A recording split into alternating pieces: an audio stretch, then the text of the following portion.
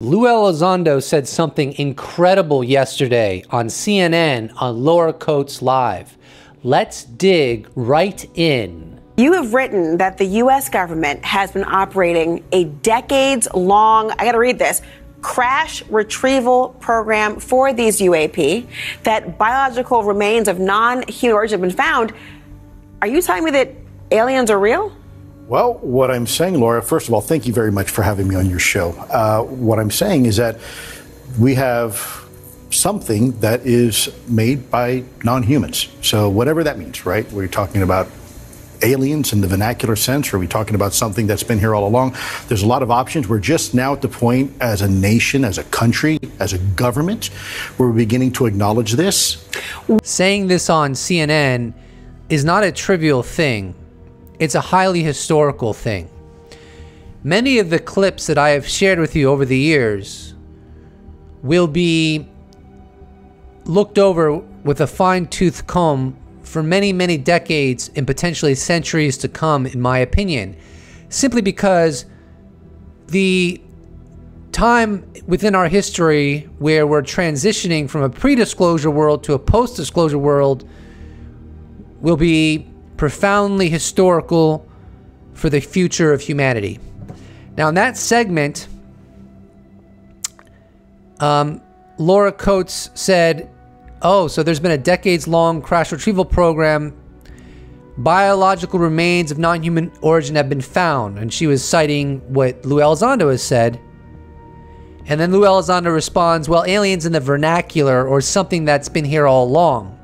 And Lue Elizondo is always careful to make that distinction, because ultimately the origin of this presence might not be from other planetary systems.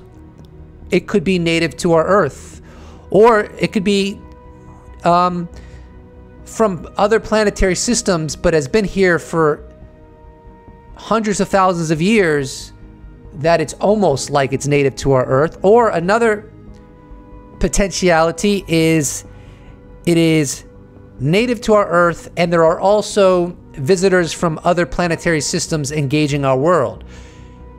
Suffice to say, a post-disclosure world is complex. And then he went on to say, we're at a time now with our nation, country, and government to have this conversation where we're ready for it. I don't think Lue is doing this alone. I don't think Lue is treading this path alone. In fact, I know he's not treading this path alone. There have been people before him, and there have been people after him. After him, well, former intelligence officer David Grusch, former Army Colonel Karl Nell, to name just a few, who have come forward to speak candidly about this presence.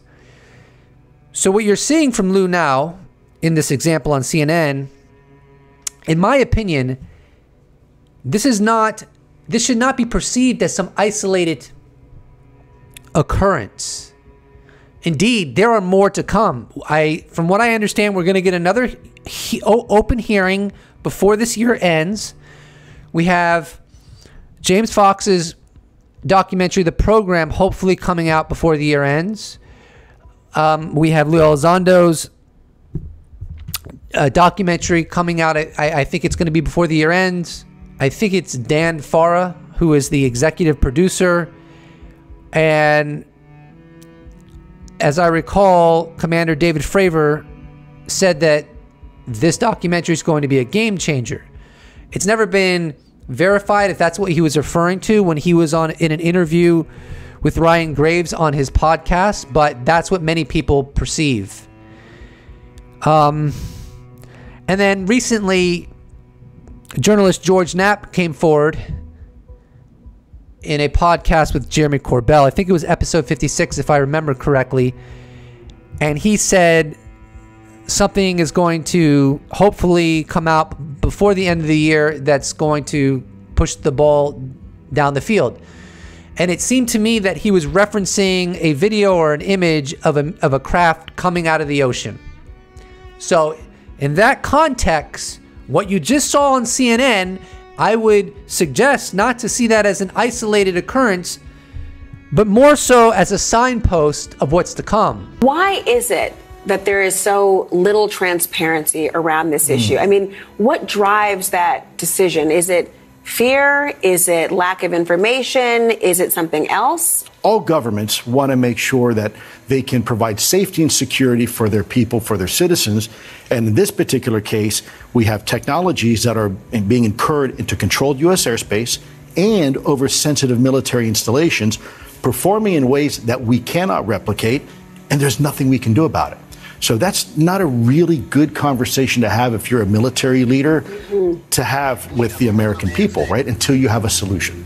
That's a really important point, because it would create perhaps anxiety with the inability to answer certain questions. And yet there are people who crave the information and want to know if it's real. Laura Coates asked Lue Elizondo, why so little transparency? What drives that decision? And Lue Elizondo communicated that the U.S. government is reluctant to be transparent about this present because they don't want to talk about it openly until they have a solution, which I thought was very insightful. It's not as if he's the first one to say that. This is a very common explanation as to why there is a cover-up. Obviously, the cover-up is multifaceted, but this is a major reason why the cover-up has persisted for so long. And I really like what Lue said, he's like, well, they don't want to talk about it until they have a solution. And the funny thing is, I don't think a solution is forthcoming. I don't think we'll ever have a solution. I think that's whatever's here wants to be here, whether it's native to our planet or not, and it's not going to leave because we want it to leave. And if we were to ever go to war with it, we would lose by a long margin. So the solution, ironically, I would argue, is to tell the public that there is no solution and that your universe is a lot weirder than you may have imagined, and you just have to accept the state of reality. And I'm fine with that solution, because that solution will broaden all of our imaginations. It will increase our wonder. It will help us to more clearly see the grandeur of, as I perceive it, our Creator. Sometimes when you learn about a new mystery, you have a greater appreciation for the universe you find yourself in. Recently, last year, there was a historic hearing that occurred in Congress where several people, 2 pilots and an intelligence officer, testified before the American people under oath to Congress, where they talked about none other than the potential of the recovery of advanced technology not made by humans and biological samples.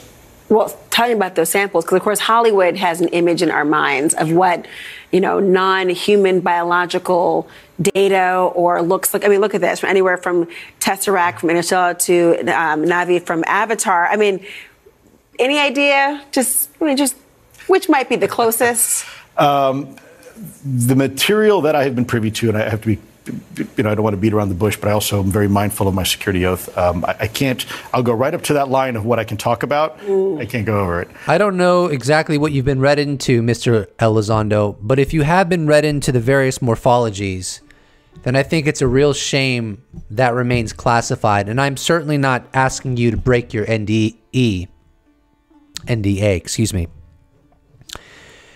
I love this graphic that Coates showed, Laura Coates, because to me it really underscores the spirit of a post-disclosure world. A lot of people complain that why are we focusing on the objects? Why are we focusing on the craft? What's infinitely more interesting is the beings behind the craft and objects. And while I largely agree with them, I think they have to understand, at least from my perspective, that until we have UFO transparency, UFO confirmation, we're not going to focus on the beings. I just don't think that's how it's going to work. In a post-disclosure world, I think will focus on the beings.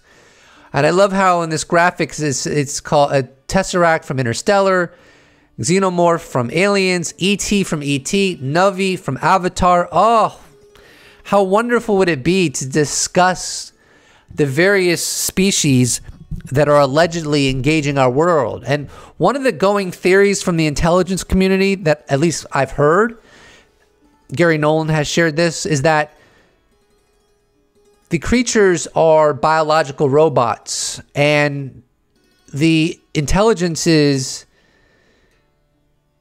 the origin intelligences are not actually on these craft because they don't want to risk their well-being if it crashes or what have you.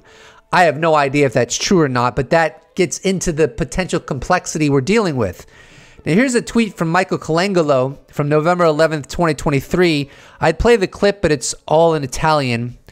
It's from the Centro Ufologica Nazionale, or Ufologico. I can't read it, but here's the tweet. Non-human bodies. And this, November 11th, 2023. David Grusch will publicly revealing more details about the non-human bodies recovered at a later date.